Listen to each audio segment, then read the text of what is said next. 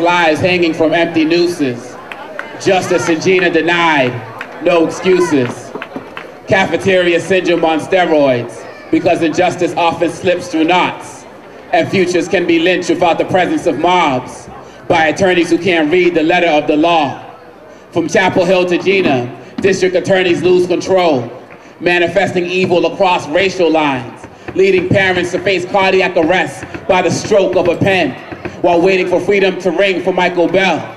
My call is for all who believe in equality to wake from their state of complacency, because some still can't sit under white teas in their white tree with the white jury deciding their destiny. Racist justice system taking the best of we. But this just in, Americans are standing in solidarity, digging into the depths of our soul and calling for a genesis of consciousness. They're hoping to find healing from our hurt and humiliation by saving our youth from lion fire-breathing dragons who drag on their credentials and drag off our future leaders.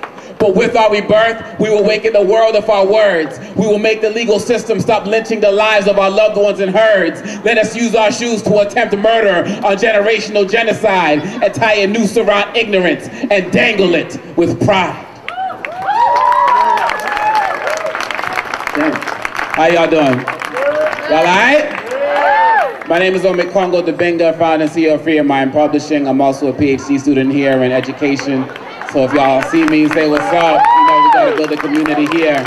I'm a trilingual poet and MC. I do poetry and hip hop in English and French and Swahili. No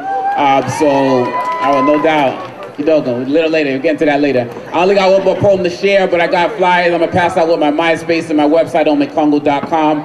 We're gonna keep it moving with this last poem. It's time to wake up. Can I hit y'all with this last one? Yeah. This is called Big Business. We're talking about prisons in the Gina 6, right? Here we go. Je suis né en présent, sans raison. Chaque jour, de chaque mois, de chaque saison, je reste dans un cellule de la société. Jamais une maison. When I was a child, a news reporter once said that crime doesn't pay. But there must have been a disruption in the airways, or maybe I changed the channel too soon in a rush to watch my morning cartoons. You see, something must have happened that day, because now that I'm older, I realize I didn't hear him say the rest of his sentence. You see, he must have said, he had to have said, crime doesn't pay those who are incarcerated, because the prison industrial system is a multi-billion-dollar business. You see, the entire system takes victims and invests them in prisons where they accrue millions in the interest of politicians and corporations. Government organizations like the American Legislative Exchange Commission trade legislation for covert compensation from conglomerate groups and three-piece pursuits to get me to spend more time for pettier crimes so they can get more loot as they creep into every aspect of American industry.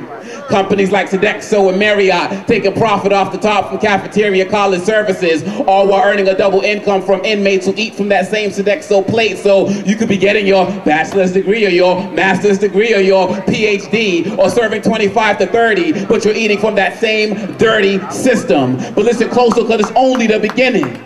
You see, you can now buy furniture manufactured by prisoners, because prison labor is so diversified that inmates don't only make license plates anymore. Man, you got CEOs so hyped up on big bucks that they're getting ill, waiting on crime bills to overfill the penitentiaries they build on the backs of taxpayers. Private prison concentration camps creeping up in Boston and Texas and Oakland and DC, waiting for brothers and sisters like you and me to enter that new door of no return called the U.S. judicial system. Federal and private buses on highway transit simulating transatlantic slave voyages with overpacked cargo, while the government places embargoes on family visitation, saying that all inmates are threats to mankind when 70% of those locked up haven't even committed violent crimes. Is it not time for a change, or time to change the way we serve?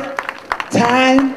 Isn't it time for prisoners to no longer be paid a developing country's wage for labor that yields billions in profit to corporate killers of colored America? Isn't it time for banks to stop claiming that they build community ties when they secretly devise schemes to lend and repossess people of color's American dreams, all while helping prisoners survive with hefty loans to better accommodate those evicted than convicted?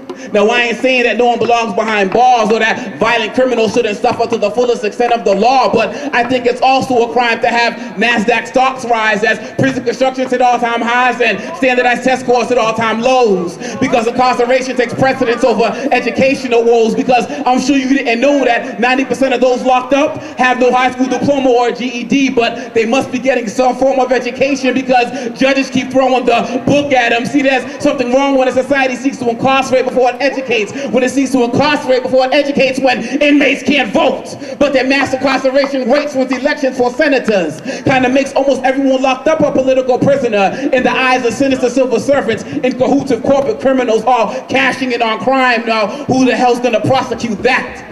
Well, we've already started to act by laying these corporate cops on their billionaire backs, and we may not have millions of dollars, but we have millions of misguided minds misinformed about the prison system. And so we're going to teach the world about prison proliferation at the expense of education and violence prevention programs, because it's time to tell the government that they can no longer have fun incarcerating our daughters and sons, because day by day and one by one, we're going to make sure that crime really doesn't pay anyone.